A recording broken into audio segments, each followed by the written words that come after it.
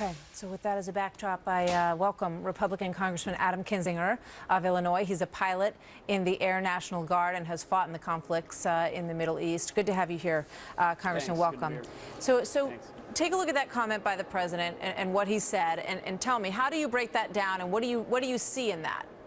Well, I think it's a president that's more concerned with consistency than he is with victory. And it's you know, I get and I understand that he made a pledge of no combat troops, no boots on the ground.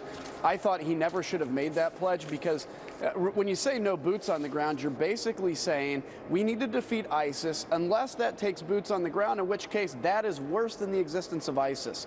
So he's got to do an Oval Office address to the American people, say here's the problem, here's who ISIS is, and we're going to use whatever is necessary to defeat them. And I know I said no boots on the ground, I know I said no combat troops, but I'm done with the parsing of words. We're just going to do what's necessary to win. And I'll tell you, the American people will rally behind him with 80% support.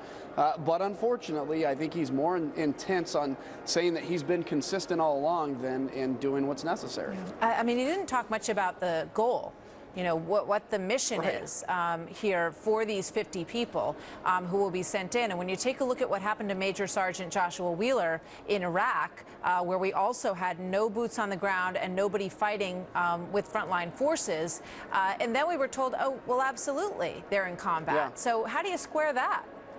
You don't. And the other thing this does, and as a military guy still serving in the Guard, it's kind of offensive to me, is it takes away, I think, to an extent, the service that these people are really performing. I mean, we have 3,000 troops in Iraq right now, all in harm's way, whether it would be a mortar attack or maybe an attack on a base, all are in harm's way.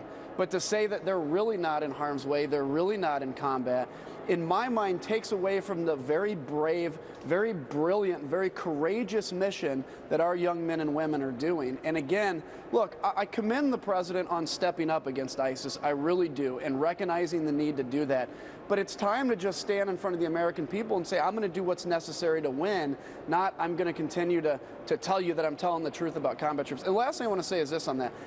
I'm tired of the president reminding everybody that he disagrees with the invasion of Iraq. We get it. You disagree with the invasion of Iraq. But when you stand in front of the media and you consistently say, we're not going to put legions of troops and occupiers like we did when we made a mistake in Iraq, is not helpful to our foreign policy around the globe. All right. We got to cover this every day. So we hope you'll come back soon. Congressman Kinzinger, thank you so much. Good to talk to you today.